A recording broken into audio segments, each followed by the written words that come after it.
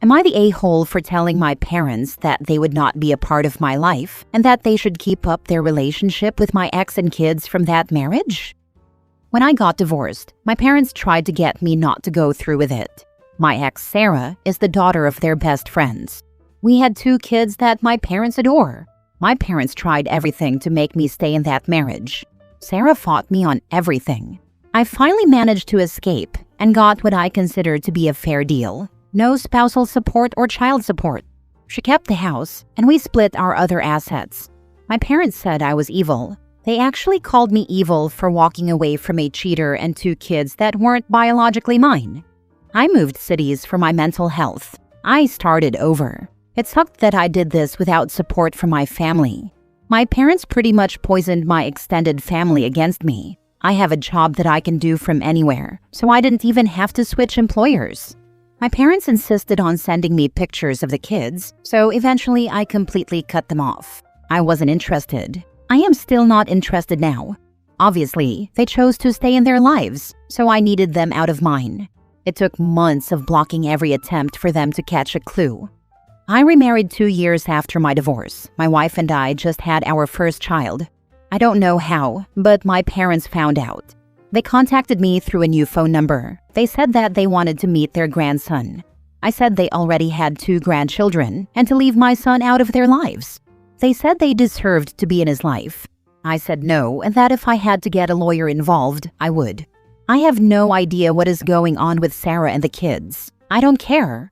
I do know that for at least 6 months after the divorce, they were still heavily involved with her and the kids. My wife has my back, and her family understands my past. I never lied to them about why I'm out of contact with my family and my ex. Am I wrong for keeping them away from their first biological grandchild after they chose a non-biological one over me? Now for the top comments. Wait, did you just abandon your kids from your first marriage? Genuinely asking because I'm a little confused. I abandoned my ex-wife's biological children with her boyfriend the father, and my parents. Her boyfriend was part of my lawsuit for paternity fraud, so he is paying child support. A lawsuit for paternity? In the US, children born inside a marriage are legally of the marriage. You can't file a lawsuit for paternity. Where is this taking place? I suspect only in your imagination. I'm almost 100% sure that Florida is part of the United States. Courts can terminate future child support and, in some cases, order the mother to repay past support paid under false pretenses, as detailed in Florida Statute 742.18 and Florida Senate Bill 73 text. Remember when you choose my cheating and lying ex over me? Now I'm choosing to live my life without you. Don't call me again. Not the a-hole. Exactly. They aren't sad they lost a son. They're sad they lost access to a grandchild they view as a status symbol. They bet on the wrong horse, the cheating ex, and are now shocked the race is over. The audacity to think they can just toggle family mode back on is wild. Don't open the door to them. As of now, they can't do anything about grandparents' rights because you have no contact with them. Do not give them any wiggle room. Not the a-hole. Not the a-hole 100%. So wait, your ex cheated on you, passed both of her children as yours, kept the affair partner in the children's lives, and your parents called you evil? Unless your extended family are religious, there's no way any sane person would go after you if they knew that you were not only cheated on, but also had paternity fraud committed against you. Your parents most likely twisted the story and probably added an extra lie or two. But document everything since they now know your new number and your son's existence. They could also harass your wife and her family as well to pressure you. They might even sick your extended family onto you as well. It's worth noting that even if they are religious, at least Christian, the Bible explicitly calls out cheating as one of the few reasons for divorce. Like, straight from Jesus no less. Next story. Am I the a-hole for telling my husband to go stay in a hotel with my in-laws and that my mom was going to come back to help me with our new baby? So I, 28 female, just had my husband's, 31 male, and my first child 7 weeks ago. I had a scheduled induction, so my mom came 2 days before I was induced and stayed with us for the first 6 weeks. She just left last week. She was originally going to stay for just 2 weeks after I gave birth, but she stayed longer because my recovery has been very difficult and I just needed the extra help. My in-laws wanted to come visit as soon as the baby was born as well, but they did not want to stay in a hotel. We have a small house with no guest room, and my mother was sleeping on a pull-out bed in our living room, so there was just no space for anyone else. Because of that, they decided not to come visit until my mother left. They arrived 3 days ago, and it has not gone well. Last night, my mother-in-law got very upset with me and told me I was ruining her experience as a first-time grandma and hogging both the baby and her son after she had to wait weeks and weeks to meet the baby. The background here is that the baby has been cluster feeding for the last few days, and I do not feel comfortable breastfeeding in front of my in-laws. So I keep taking the baby to our bedroom or the nursery to feed him. Breastfeeding also makes me hungry and thirsty, so I keep asking my husband to bring me snacks and water. I try to bring the baby out to interact with my in-laws when he stops feeding for a few minutes, but it is very aggravating to keep covering up and going downstairs just for the baby to cry minutes later and want to feed again. My mother-in-law keeps rolling her eyes and getting annoyed each time I say he has to feed again and go back upstairs. She keeps saying things like, "He can't be hungry, he just ate." She thinks I just don't want to let her hold him or play with him. When I ask my husband to bring me snacks and water, she keeps huffing and saying things like, "Okay, father-in-law and I will just sit here by ourselves." She hasn't offered me any help the way my mother did. My mom would cook for us almost every day. She would take over baby care at night when she was staying here and would bring him to me to nurse. But she would burp and change him and get him back to sleep for me around 2 nights a week, which was a lifesaver. My mother-in-law just keeps telling me to give her the baby when I can't because he needs to eat, not really doing anything to help, and getting mad that I need my husband's help. I told my husband how I felt after his mom yelled at me last night, and he told me his mom isn't here to help me the way my mom was because she's not my mom. He said she's here to meet her grandson, and that he wanted to spend the next few days introducing his child to his parents, not just making me snacks and then sitting around watching TV with his parents while waiting for me to finish breastfeeding so they can see the baby. He told me he's been looking forward to his parents meeting the baby since the birth, and it's been disappointing that it's going this way. I told him I feel like I don't know how to please anyone because I can't just not feed my son. I don't want to be miserable, hungry, and thirsty while breastfeeding, and I really don't think making me a snack plate and filling my water bottle takes that long or takes away that much time from my in-laws spending time with him. He's the only person I can ask now that my mom has left, so he needs to help me. I exploded at him and told him they could all just leave and get a hotel room, and my mom could come back to help me, because at least she helps me and doesn't shame me for trying to breastfeed. He told me he couldn't believe I would say that, and that I knew his parents didn't like hotels, but that they would go stay in one then. They all went and got rooms at the Holiday Inn in our town. I spent the night alone with the baby for the first time, got no sleep, and called my mom crying. She's on her way back to help me now, but I feel like I might have made a huge mistake by telling them all to leave. I felt like I was going to scream, and I just wanted my mom to come back. He has not texted or called me to check on me or the baby at all since they left last night. Am I the a-hole for telling them to go to a hotel? Not the a-hole at all. You're 7 weeks postpartum, cluster feeding, sleep deprived, and your mother-in-law is mad you're feeding her grandkid and asking your own husband for water? Your husband's, she's not here to help you, she's here to meet her grandson take is wild. Helping the recovering mother is literally how you meet and bond with the baby in a sane way. If they'd rather sulk in a Holiday Inn than make you a sandwich, that's on them. It's even wilder that he thinks it's okay that mother-in-law isn't there to help because she's his mom, not his wife's. She should help because she's his mom. It's mind-boggling. Not the a-hole. Your husband is a selfish twat. You just created and birthed an entire new human, and he thinks this time is about him wanting his parents to meet the kid? Are you freaking kidding? His only concerns on earth right now should be your baby and you. He should not give one flying duck about his parents, how they feel, or how much time they're getting with the baby.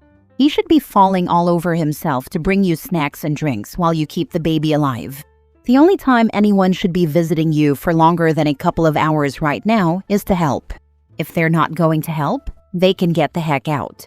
The fact that your husband left you alone with a newborn while you're recovering to go with his parents would be a divorceable act for me personally. I don't think I would be able to trust that person ever again, especially not in the most vulnerable moments of my life. Next story. Am I the a-hole for telling my fiancé that if her mother is going to dictate what I wear for my wedding, then I don't want to get married? Her mother, who is somewhat well off, is paying for a lot of things, including her dress, catering, alcohol, and many other expenses. Her father, who is divorced from her mother, is paying for the venue. My family is paying for the rehearsal dinner, and my dad is paying for the honeymoon trip. Her mother, who is a bit of a control freak, has made it her mission to choose what everyone should wear. She chose my fiancé's dress even though my fiancé wanted a different one. She chose the colors for the groomsmen and bridesmaids, and she is even trying to dictate what color my family should wear. Before she even got involved, I had decided to get married in a brown double-breasted suit that I would have custom-made specifically for me. I already have everything set up and have chosen my bespoke tailor. To give my fiancé a preview of what the suit would look like, I generated an image in the same color and showed it to her to see if she liked it. She does like it and really thinks it will look very good on me and go perfectly with the colors of the venue and what everyone else will be wearing. Apparently, my future mother-in-law does not like the suit, or at least the color, and she has started sending me different colors that she thinks I should choose instead of brown. I am not totally against choosing a different color, but the issue is that her choices are terrible. She apparently wants me to wear a pink skinny suit that looks awful and cheaply made. I told my fiancé that I do not want to wear the suit her mother is suggesting or even asking me to wear, and that was the end of it. But my fiancé says I should consider it since her mom is paying for a lot of things. I told her that if her mom is going to dictate what I should wear at my own wedding, then I do not want to get married. Now she's mad and calling me an a-hole for not considering the opinions of others. Am I the a-hole? Boom, y'all get married, right? Down the line she gets pregnant. Then it's gonna be, my mom doesn't like that name for said baby. She likes this one more. Remember, she did pay for a lot of our wedding. Not the a-hole. If this is the hill you have to die on, so be it. Because if she can run over you now, that's going to be your whole marriage.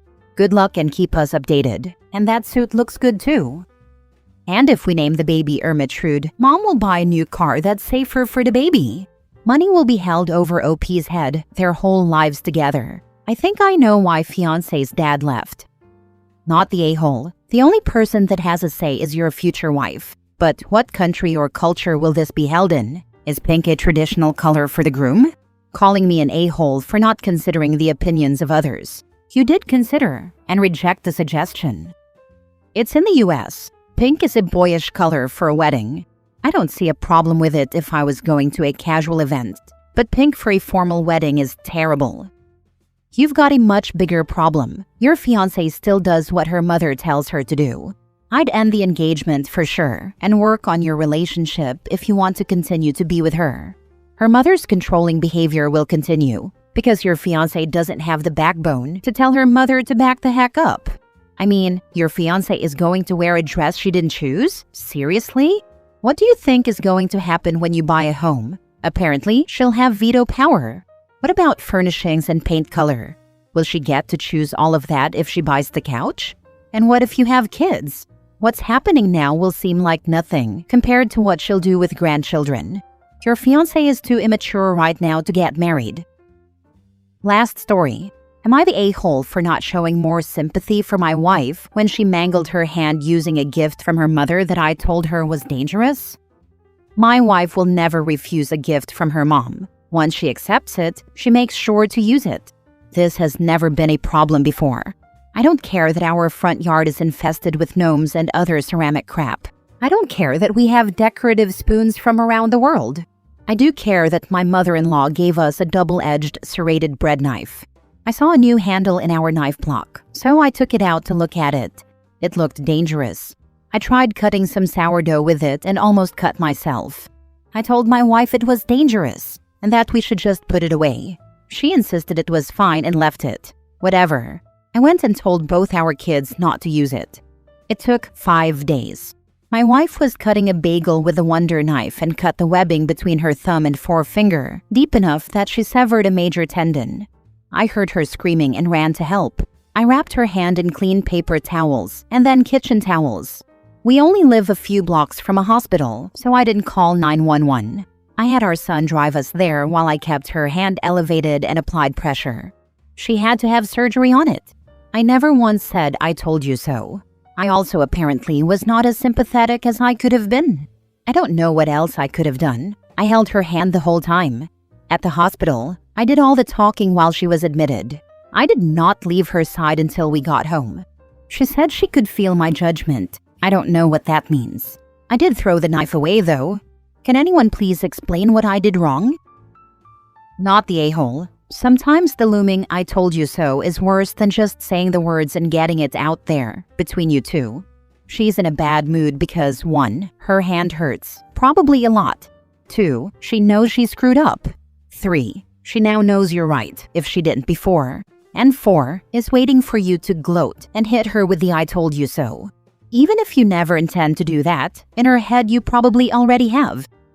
She also wanted to use the gift the mother gave her, but probably knew it was dangerous. It's a double-edged sword. She just knows you were right and she's projecting. I doubt she stays mad at you. I hope so. And if she does, she needs to have some self-accountability. She doesn't want to be mad at her mother, so you're the next best target.